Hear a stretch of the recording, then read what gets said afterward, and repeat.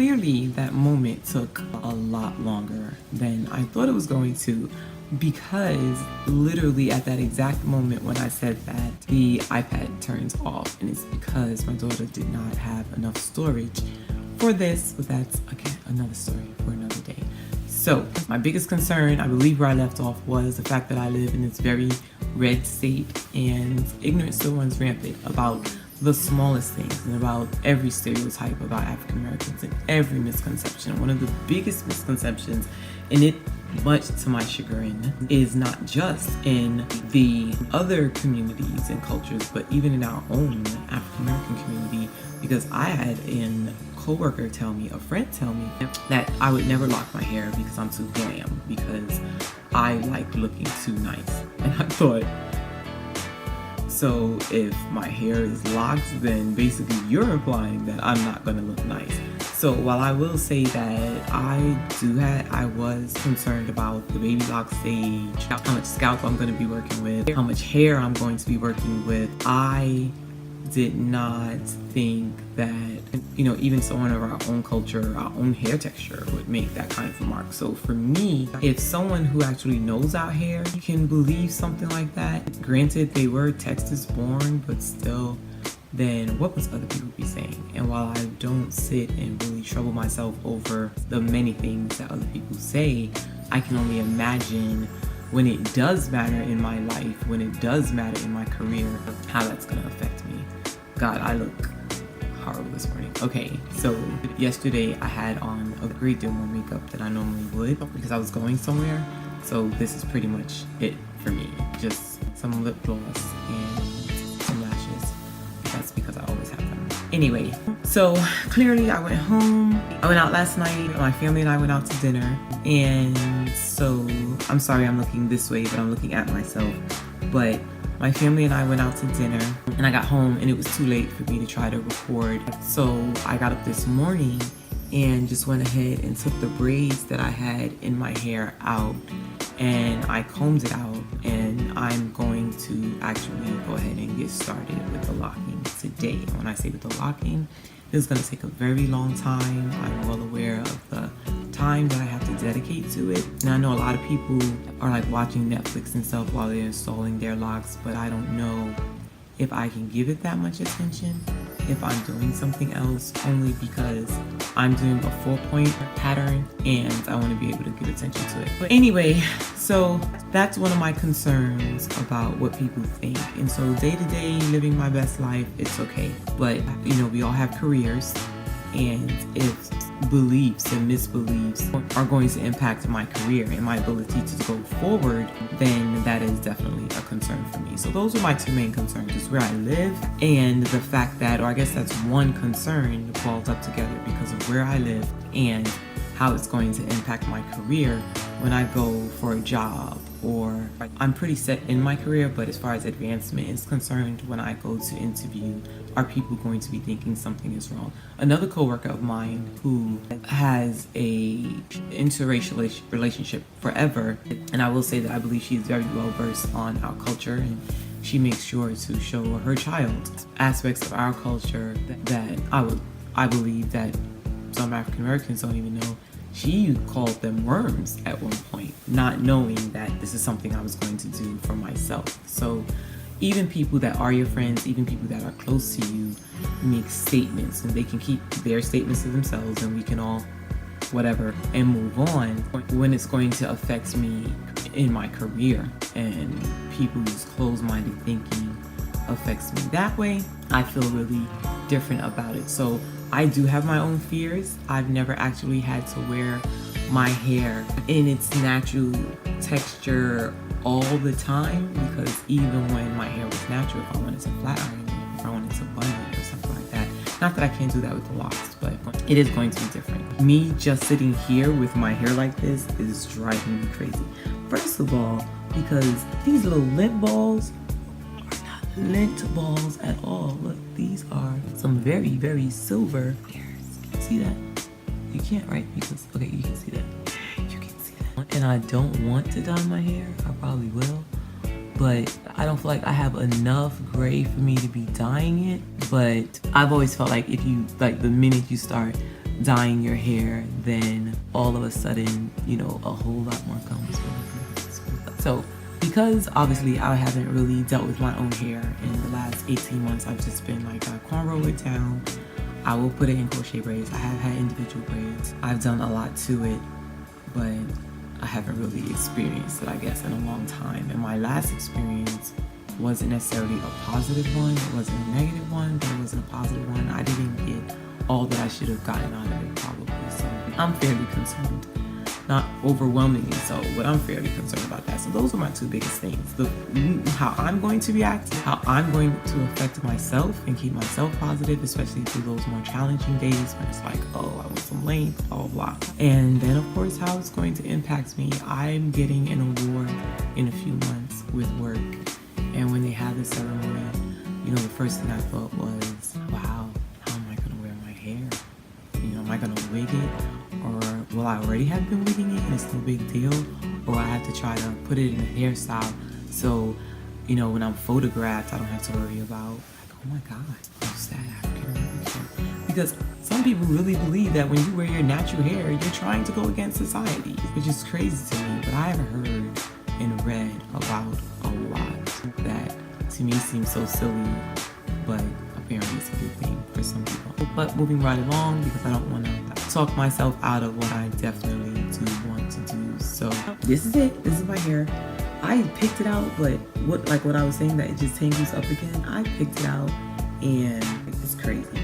So my hair, I will say my hair is not especially porous, I think that's the word. My hair is not especially porous, so I don't think I experience as much shrinkage as I've known some people to experience. Like my daughter, one of my daughters, her hair shrinks like crazy. You would not even know she had the amount of hair she has on her head just from it. So I guess, right, this, now granted I did pick it out. So this is what I'm working with right now. It's not very long at all, clearly, obviously, but it's enough where even once it shrinks back up and it pops back up, then it should theoretically be okay. But it's gonna be okay anyway. It's gonna be okay. So we'll see. So what I was saying about my sides, if you look how thin it is, so while there is hair there, like there's hair here, it's on the sides, right? So that's a good amount. Well, not a good amount, clearly it's not good amount. But there's hair, right? So I do have hair, but it's just not a lot. And that's not my better side. My better side is this side. But still, there's still some struggles there. But I also think that because when I was combing my hair just to comb it out just now, even like, so right now how I'm going like this and sectioning it so I don't rip through it. That's what I used to do to detangle before. I would literally use my finger, go like that, and then just section by section by section, detangle it enough to be able to get the comb through. But today, when I was detangling my hair, like I could feel it ripping out. So one, Texas is hot, it's very hot, and it's dry heat in some areas. So when it gets cold, and it does get cold, it doesn't get like New York cold or some of these other places cold, it doesn't get Michigan cold or anything like that. But because we're so accustomed to the heat, when it does get cold, it really affects everything. So my skin, my nails, my hair, everything is really dry. My scalp is so dry during our cold season, which is like a month long. But it has been getting progressively colder every year for the past 8 years, I would say. So it makes my hair drier and it makes it snap off at the ends. And so even with it being dry and me pulling it to comb it, I'm thinking maybe I will get some hair back. I hope. Maybe I won't, but it is what it is. So anyway, this is what I'm working on. What I was telling you guys is, as thin as it is up front, and as much as this look at my scalp is so dry. You see how my scalp is dry? As thin as it is up front, in the back, it's very dense. It's very, very densely populated there. What I'm going to actually do, and I guess I will get more into this in the next video, is along the sides, I'm going to have the locks a little bit larger than Micro-Locs, because what I don't want to happen is I'm doing these little 2-inch locks and my hair is so short there that it's not actually, like, it's so, like, it'll break, because they'll break. They can't, or it's like not enough diameter or thickness to really give it anything to hold on to. So I don't want to do that. So my locks in the front, at least along here, not necessarily here, because this is right now just from handling it because it's so dry and it is not in its best condition. And I mean, I use coconut oil, shea butter. I use some pretty good natural products to work into my hair. But anyway, the ones in the back and in the middle and like on my crown are going to be the 1/4 inch by 1/4 inch, and in the front it may be more like 1/2 inch, just to see how it grows in, because I don't want to create them and make them very fragile and I can't work with them or anything like that. So I appreciate you listening to my rant and my ramble and my disorganization. Hopefully as I get a little better at this or do it more often, I will be better at it. So I appreciate you bearing with me. I appreciate you hanging in here this long. This should be the end of part 2 or the end of part 1. I don't know. I guess my daughter will cut out whichever part it isn't. But the next time you see me, I will come to you guys and record how I'm going to do my pattern. So actually, I should probably just go ahead and get this out of the way. So what I'm going to use is actually this. This is basically, like you see where I wrote on it right here. Yeah, you can. So this tool is already cut into 1/4 inch. And what I'll do is, so like right here, I'll start from here. This part that's in excess right here. This part, look, I even cut my nails so I wouldn't snag my nails on my hair while I was doing this. So they usually look a little bit better than that. But what I'm gonna do is use this part right here is the 1/4 inch by 1/4 inch, and I will place it right here, and this it's right here. See? So for my first line, the line is right here, and then that'll be the part, right? So let's just say that would be the part, and then it would be this size. So it would be that much. But like I said, because these sides are thin, I'm not gonna make them this small. I'll probably go like 1/2 inch just for this bottom layer, probably this whole thing over here. When you get to the top, it will make a lot more sense what I'm talking about, because it'll be like right here.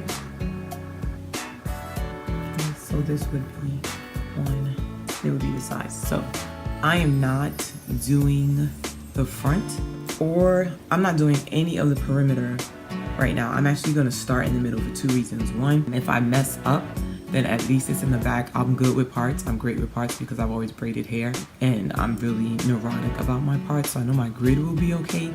But if I mess up as far as the interlocking, because again, I think until your fingers are accustomed to it and your mind is starting to do it without you even thinking about it, there's a chance that I will go the wrong direction or skip a thing or something. So I just want to make sure to start in the middle. The other reason is because while I'm going through this process, while I'm doing this, I'm going to have to continue to either wrap my hair or wear a wig.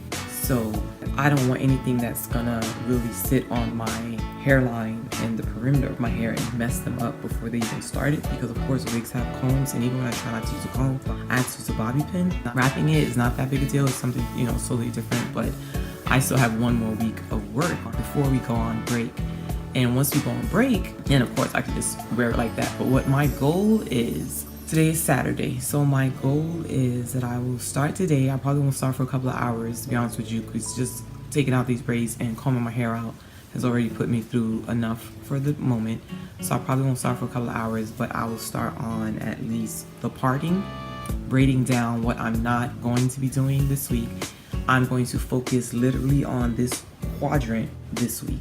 That's all I'm focusing on. Anything I do better than that, awesome, but I'm only focusing on this quadrant without doing the front or the side, and then pretty much doing my parting. That is my main thing today. So my goal today is to get my hair cleaned, detangle it all over again.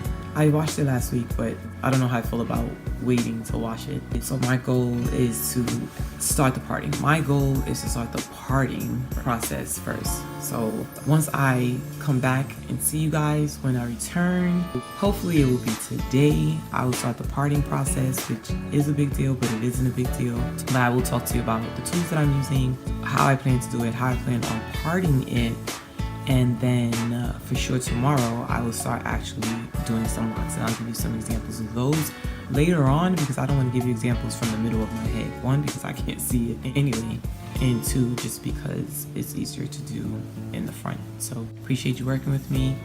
Again, appreciate you hanging in there, and I guess I will see you when I see you. Peace.